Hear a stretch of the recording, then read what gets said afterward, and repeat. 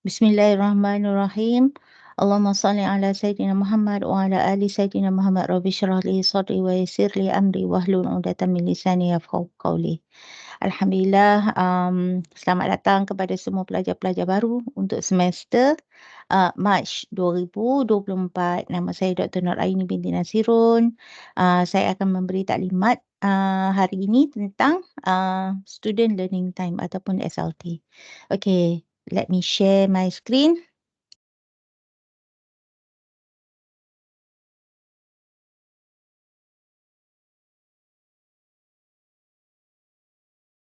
Okay, bismillahirrahmanirrahim. Jadi taklimat yang saya akan bagi kepada pelajar-pelajar pada hari ini ialah berkenaan dengan apa yang disebut taklimat SLT ataupun student learning time. Jadi kepada semua pelajar-pelajar baru terutamanya memang kena tahulah macam mana nak menguruskan pengajian di universiti. Sebab apabila kita belajar di universiti ni dia tak sama dia tak sama dengan masa kita belajar di sekolah. Jadi untuk pelajar-pelajar di peringkat sarjana muda mungkin ini adalah sesuatu yang pelajar-pelajar semua dah tahu. Jadi anggaplah kata ini sebagai satu kelas ataupun satu sesi perkongsian untuk refreshment, untuk ingat kembali, dan juga kepada pelajar-pelajar baru diploma terutamanya semoga ia menjadi manfaat dan menjadi panduan untuk pelajar semua berada di kampus dan dapat belajar dengan baik dengan pengurusan masa yang baik. Okey. Jadi saya Dr. Nur Aini binti Nasirun. Saya pensyarah kanan daripada Fakulti Pengurusan dan Perniagaan ataupun Fakulty of Business and Management. Dalam masa yang sama saya juga adalah koordinator SLT Student Learning Time daripada Unit Hal Ehwal Kurikulum UiTM Cawangan Perlis. Okey. Sebelum kita akan tengok apa yang dimaksudkan dengan SLT ni, kita nak kena tahulah dalam keseluruhan sesi perkongsian yang saya akan bersama dengan pelajar ni, sebenarnya dia akan merangkumi 3 perkara yang penting. Pertamanya ialah apa yang dimaksudkan dengan SLT ataupun Student Learning Time. Yang kedua, kenapa perlu ada SLT dalam pengajian dan bagaimana kita mengira SLT. Jadi saya nasihatkan kepada pelajar untuk sesi ni kalau boleh pastikan ada pen dan kertas bersama dengan pelajar-pelajar ataupun iPad masing-masing ataupun tab masing-masing ataupun handphone masing-masing sebab kita akan kita akan belajar untuk mengira SLT. Saya akan beri sedikit panduan kepada pelajar macam mana kita nak membuat kiraan ni supaya nanti pengajian pelajar akan lebih sistematik, pengurusan waktu untuk belajar akan lebih baik insya-Allah. Okey, apa yang dimaksudkan dengan SLT? Time.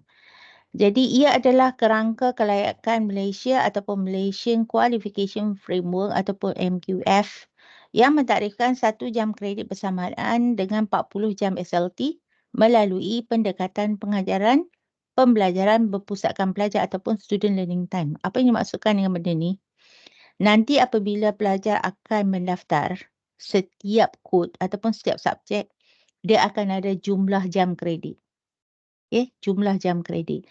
Jadi, untuk 1 jam kredit tu bermaksud pelajar akan bertemu dengan pensyarah sebanyak 40 jam untuk satu semester, 14 minggu. Jadi, kita tak ada kot subjek 1 jam kredit. Biasanya kita akan ada 2 jam kredit kan. Kalau 2 jam kredit maksudnya 80 jam bertemu dengan pensyarah dalam satu semester. Kalau 3 jam, dia akan jadi 120 jam. Kalau 4 jam, akan jadi 160 jam. Kepada pelajar yang ada studio ataupun ada makmal kan, ataupun projek dan sebagainya, jumlahnya akan lebih tinggi bergantung kepada jumlah jam kredit bagi setiap subjek. Okey, jadi saya harap semua boleh fahamlah. Itu sebabnya kita tak boleh nak ambil sebab tu kita punya jam kredit keseluruhan satu semester tak boleh banyak-banyak. sebab kita akan ada calculation. Kita akan ada calculation yang akan menyebabkan kalau lebih daripada bilangan tertentu, dia akan membuatkan pelajar terbeban. Nanti bila ada pelajar yang terbeban, itulah akan ada masalah tekanan, ada masalah stres, tiba-tiba mental health issue, tak boleh nak bertenang dengan pengajian dan sebagainya. Okey, kenapa perlu ada SLT dalam pengajian? Jadi, ia merupakan usaha nominal pelajar secara purata untuk mencapai kesemua hasil pembelajaran yang sepatutnya dalam satu semester. Sebenarnya SLT ni akan membantu pelajar macam mana pengurusan waktu untuk menyelesaikan setiap satu subjek dalam tempoh 14 minggu. Kalau kuliah, berapa banyak? Kalau assignment, banyak mana pula kita nak kena put aside waktu. Kalau macam test, kalau presentation dan sebagainya. Jadi semua tu melibatkan pengurusan waktu untuk menyediakan pentaksiran tersebut. Pentaksiran tu maksudnya assignment ataupun individual assignment, group assignment tu semua kita rujuk kepada pentaksiran. Selain daripada itu, ia juga adalah untuk tujuan akreditasi. Akreditasi ni sangat penting untuk memastikan pelajar mendapat ijazah ataupun diploma ataupun sijil yang diiktiraf. Saya percaya semua pelajar memang pernah dengar ada setengah college mungkin dia offer ijazah ataupun diploma. Tetapi diploma dan ijazah itu tidak diiktiraf.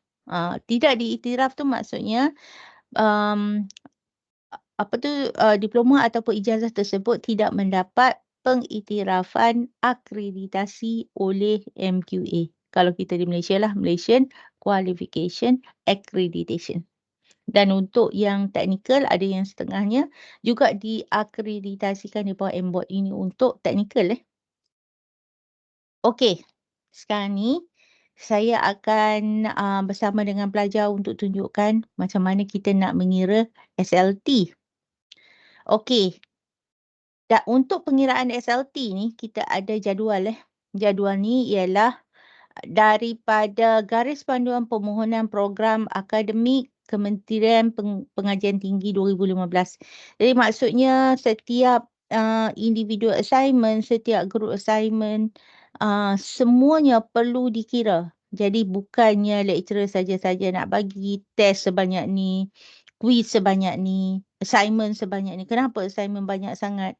Setiap silibus yang kita dapat, yang pelajar akan dapat nanti, semuanya adalah selepas mendapat kelulusan daripada KPT.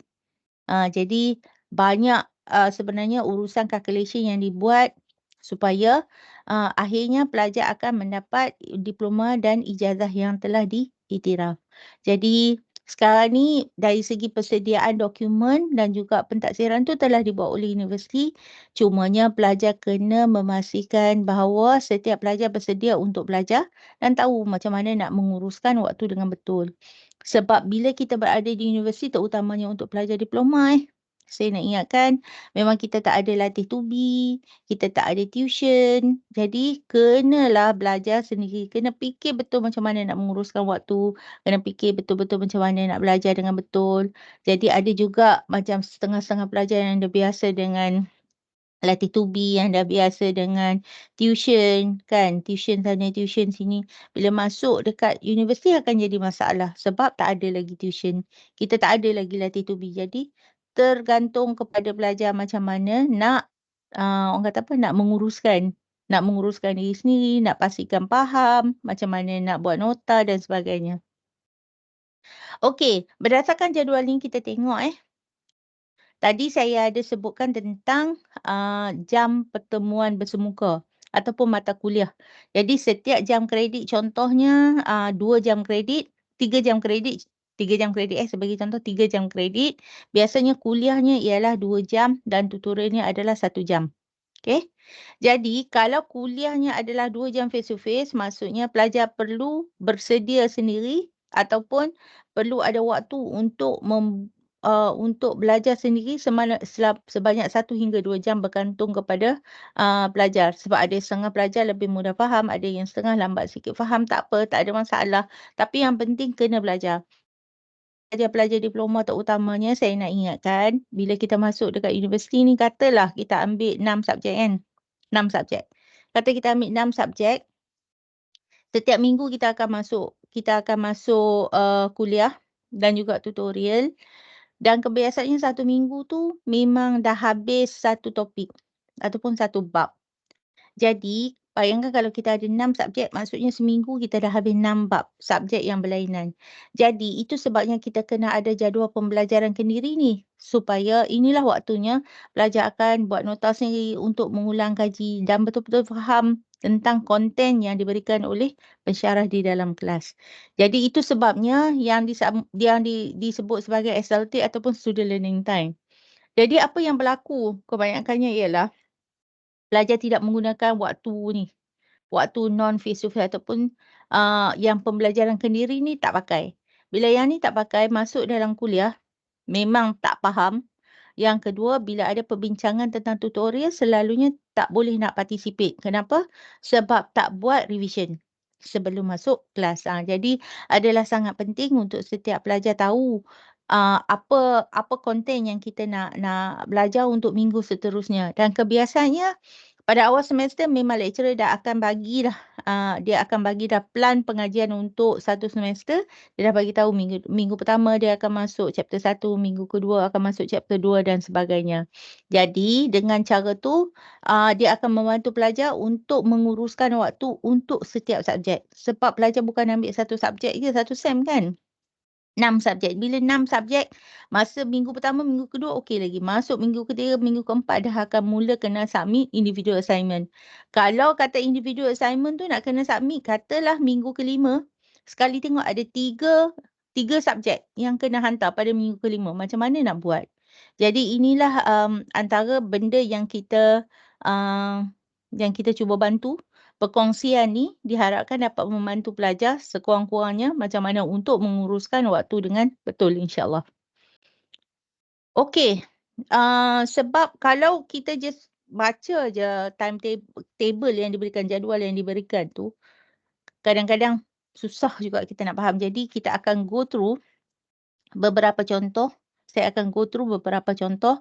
Pastikan tadi saya dah cakap kalau ada pen ke, kertas ke ataupun nak pakai handphone ke, iPad ke, tak kisah.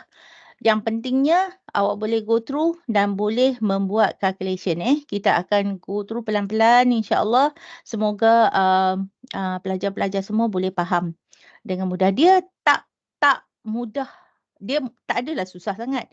Tetapi kalau kita tak faham calculation-nya itu, dia akan jadi payahlah sikit. Okey. Okey, contoh yang pertama. Saya bagi ini adalah kod daripada fakulti kami, Fakulti Pengurusan dan Perniagaan.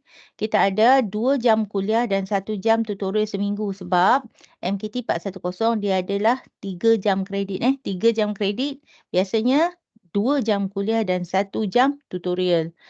Jadi andaikan jumlah jam persediaan kuliah dan tutorial adalah sama, 1 jam face to face. Jadi maksudnya kalau 1 jam kuliah, 1 jam persediaan. 2 jam kuliah, 4 jam persediaan. 1 jam tutorial, 1 jam persediaan. Jadi berapakah jumlah SLT pelajar untuk MKT 410 seminggu? Iaitu dia ada 2 jam kuliah dengan 1 jam tutorial.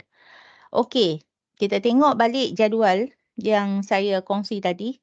Kuliah dan tutorial dia 1 jam bersemuka bersamaan dengan 1 hingga 2 jam pembelajaran kendiri. Sama juga untuk tutorial 1 jam semuka, dia lebih kurang 1 jam kendiri. Tapi kita kena ingat tadi ialah 3 jam. 2 campur 1. Jadi ini adalah jumlah calculation yang kita boleh buat. Jadi andaikan jumlah jam persediaan kuliah tutorial adalah sama, iaitu 1 jam face to face. Ini adalah jam SLT. Jadi jumlah jam face to face yang pelajar kena jumpa pensyarah ialah 3 jam seminggu. Manakala jumlah persediaan non face to face bersamaan 3 jam seminggu juga. Dengan andaian kiraan 1 jam face to face bersamaan dengan 1 jam non face to face. Maka jumlah SLT kuliah dan tutorial bersamaan dengan 6 jam. Jadi 3 jam jumpa lecturer semuka, lagi 3 jam belajar sendiri. Okey nah, jadi saya harap student boleh faham ni. Jadi saya bagi masa sikit untuk maybe kalau you all nak tengok, bagaimana calculation ni boleh dibuat, saya bagi masa lebih kurang dalam 30 second. Try untuk faham, lepas ni kita akan proceed dengan contoh yang kedua.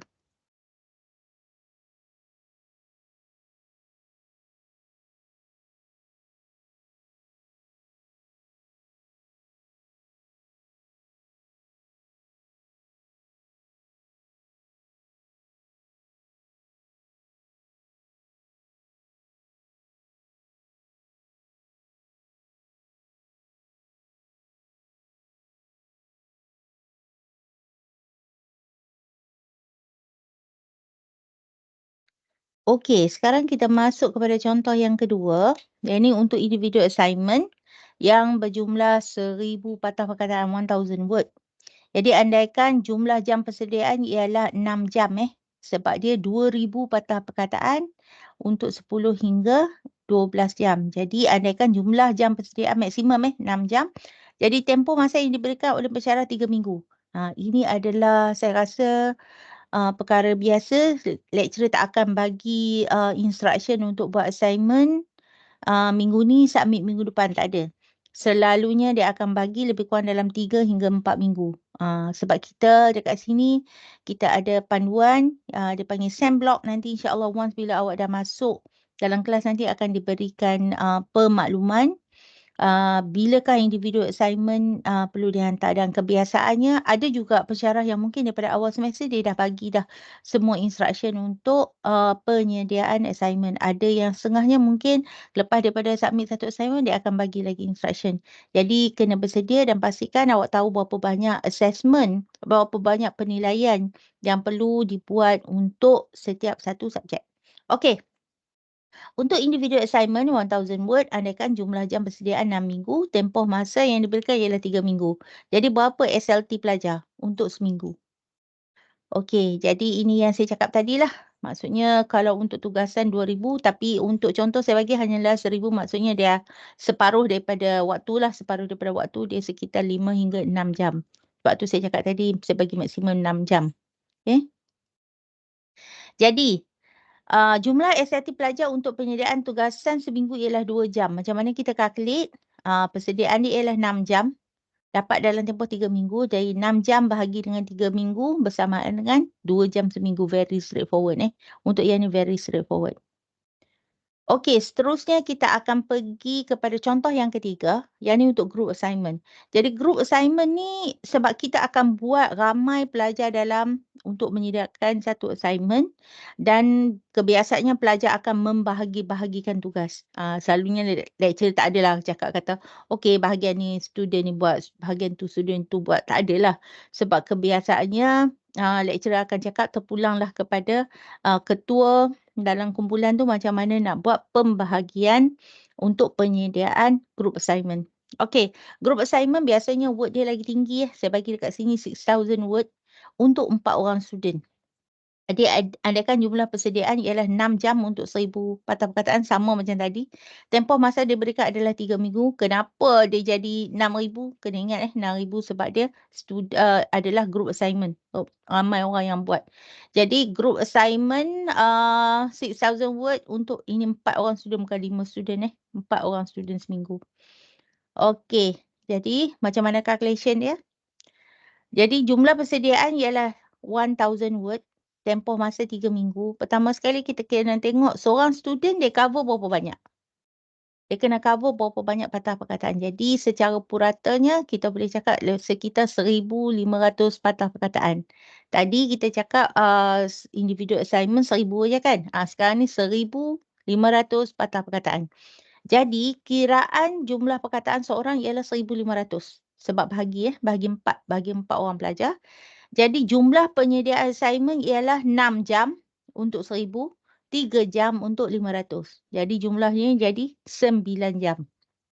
Okey, jumlahnya jadi 9 jam. Jadi jumlah SLT pelajar untuk penyediaan tugasan seminggu bersamaan dengan 3 jam. Jadi kalau misal kata satu grup 5 orang, jumlahnya akan kurang. Jumlahnya akan jadi 1000. Dan jumlah jam penyediaan assignment akan jadi 6 jam, bukan lagi 9 jam. Itu sebabnya bila kita buat group assignment, pastikan pelajar memilih grup mengikut instruction yang diberikan oleh pensyarah.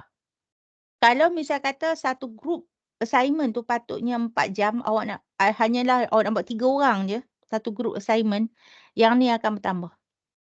Kalau 3 orang, dia akan jadi 12 jam penyediaan. 12 jam bahagi dengan 3 minggu, dia akan jadi 4 jam seorang seminggu untuk menyediakan assignment. Kalau satu grup tu terlebih ramai pun akan jadi masalah sebab dia akan terkurang jam. Dia akan kurang, mungkin tinggal 1.5 jam untuk penyediaan seminggu. Itu sebabnya dalam grup assignment, pelajar selalunya pensyarah akan limitkan. Okey, dia di antara 4 hingga 5 orang, tak boleh kurang daripada 4, tak boleh lebih pada 5. Sebab ni lah, disebabkan oleh calculation SLT pelajar setiap minggu. Okey, bukannya lecturer tu tak nak, saya saja tak nak bagi ke apa semua, tak boleh. Dia bukannya apa, sebab kita tahu beban tugas pelajar untuk assignment sebegini adalah sebanyak ni. Jadi kiranya sekarang ni, kalau 1,500, 3 jam. Kalau tadi kita buat individual assignment 1,000, dekat sini 2 jam. Jadi kalau misal kata awak buat 3 orang sahaja, dia akan jadi 12 jam, sini akan jadi seminggu 4 jam. Jadi itulah dia punya calculation. Lagi sikit student dalam grup tu, jumlah yang tugasan yang diperlukan akan lebih banyak. Tetapi itu sebabnya lecturer akan bagi, katalah di antara 4 dengan 5. 4 dengan 5 maksudnya setiap pelajar akan prepare di antara 2 hingga 3 jam. Which is hampir lebih kurang sama dengan individual assignment. Kalau tidak, memang awak akan spend banyak masa untuk menyediakan group assignment. Okey, contoh yang keempat, yang ni untuk test . Test adalah salah satu lagi daripada komponen dalam assessment. Selalunya ada test yang jenis 2 jam, ada yang test yang 3 jam.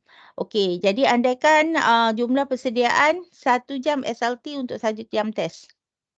Yang ni 1 jam SLT untuk 1 jam test. Jadi berapakah jumlah SLT pelajar untuk persiapan test? Okey. Dekat sini saya letak 3 jam. Okey, kalau 1 jam SLT, 1 jam test maksudnya dia akan jadi 1 kali 2, dia akan jadi 2 jam lah. Okey, dia akan jadi 2 jam. Okey, nak mudah ni saya okey, ini error. Awak gantikan yang ni sebagai jadi 3 jam 3 jam SLT untuk 1 jam test. Saya ulang 3 jam SLT untuk 1 jam test. Ni saya silap dekat sini. Okey, jadi 3 jam SLT untuk 1 jam test. Jadi jumlah SLT pelajar untuk persiapan test ialah 3 jam kali dengan 2 jam test, bersamaan dengan 6 jam.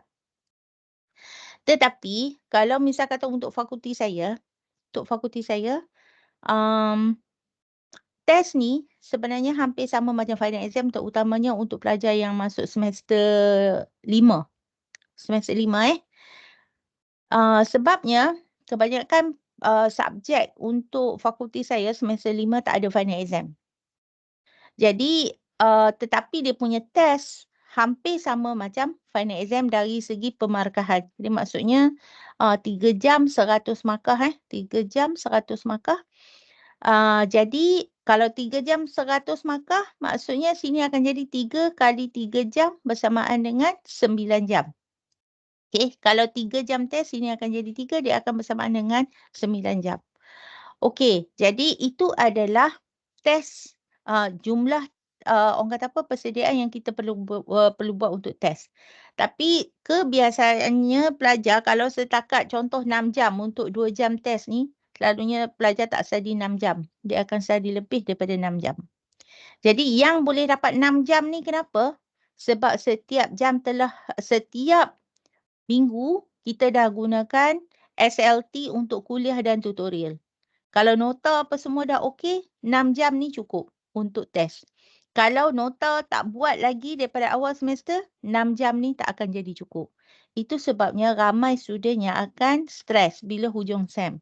Sebab test kebiasaannya dibuat pada minggu 10, 11, 12, 13, 14. Waktu tu juga pelajar nak kena hantar group assignment, nak kena buat presentation, nak kena buat data analysis untuk final report dan sebagainya.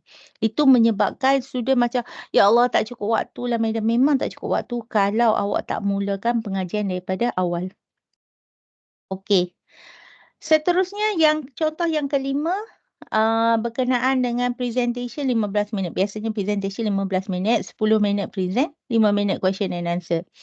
Jadi andaikan jumlah persediaan jam 4 jam SLT untuk 1 jam presentation. Jadi berapakah jumlah SLT untuk 15 minit? Jadi 15 minit tu lebih kurang dalam 0.25 suku jam Suku jam kita kali dengan 4 bersama dengan 1 jam. Tapi biasanya untuk presentation ni sebab student akan usaha untuk buat presentation yang cantik, biasanya 1 jam ni tak cukup. Pelajar akan spend lebih kurang dalam 4 jam juga. Tapi selalunya oleh kerana presentation ni dalam group. Jadi 4 jam ni sebenarnya dah dibahagi kepada ikut ahli dalam kumpulan. Jadi kalau misal kata persiapan presentation bersama dengan 1 jam ni, 1 jam seorang pelajar. Tapi dia ada mungkin satu grup tu mungkin 4 orang, 5 orang. Jadi masing-masing boleh bantu. Itu sebabnya saya cakap walaupun preparation tu 4 jam ke 5 jam ke masih okey sebab pelajar selalunya presentation dibuat secara berkumpulan. Okey, yang ni untuk final exam. Final exam pun sama juga, 3 jam SLT untuk 1 jam peperiksaan. 3 jam peperiksaan sama dengan 9 jam SLT. Kenapa 3 jam? Kalau macam fakulti kami, 3 jam tu standard lah. Standard untuk pelajar-pelajar fakulti pengurusan dan perniagaan. Jadi, kan tadi saya cakap ada test yang 3 jam macam final exam. Ini adalah final exam. Apa beza? Bezanya ialah kalau test 3 jam, test tu dia mesti duduk di dalam tempoh 14 minggu. Saya dah cakap tadi, mungkin test akan dibuat di antara minggu ke-10 hingga minggu ke-14. Jadi, pelajar mesti bergelut untuk buat test dalam masa yang sama habiskan assignment yang lain.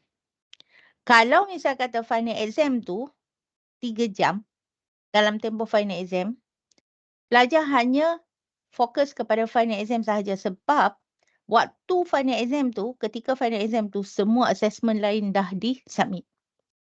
Itu bezanya di antara test 3 jam di dalam 14 minggu tu, 14 minggu pengajian ataupun final exam di dalam waktu exam. Itu sebabnya subjek yang tak ada final exam, contoh macam daripada fakulti saya, subjek yang tak ada final exam tetapi testnya 3 jam, memang pelajar kena betul-betul menguruskan waktu sebaiknya. Kalau tidak memang akan stres. Okey, macam seolah-olah tak sempat waktu. Mana nak workout, nak study untuk test, mana nak buat untuk assignment, mana nak buat presentation, mana nak hantar final report dan sebagainya.